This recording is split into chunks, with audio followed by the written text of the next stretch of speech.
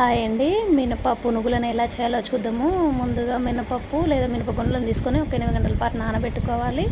తర్వాత మినపప్పును అయితే తీసుకొని బాగా మెత్తగా మిక్స్ చేసుకొని ఒక బౌల్లో వేసుకొని దానికి సరిపడా సాల్ట్ వేసి బాగా మిక్స్ చేసుకోవాలి.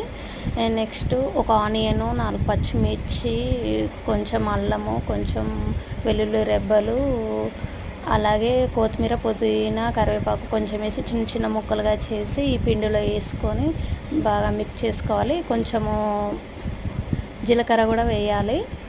వేసిన తర్వాత ఒక హాఫ్ కప్పు, ఒక చిన్న కప్పుతోని సుజీ రవ్వ, అంటే మన ఉప్మా రవ్వ ఉంటుంది కదా, అది కూడా సగం వేసి వాటికి సరిపడా కొంచెం సాల్ట్ వేసి బాగా మిక్స్ చేసుకోవాలి. మిక్స్ చేసుకున్న తర్వాత ఒక హాఫ్ అన్ అవర్ పాటు లేదా 1 అవర్ పాటు పక్కన పెట్టుకోవాలి. ఆ పిండిని పక్కన పెట్టుకున్న తర్వాత ఒక కళాయి పెట్టేసుకొని ఆయిల్ వేడి చేసి పునుగులు అనేవి మనకి ఇష్టమైన సైజులో వేసుకుంటే పునుగులు అనేవి రెడీ అయిపోతాయి. నచ్చితే లైక్ చేయండి, షేర్ చేయండి, సబ్స్క్రైబ్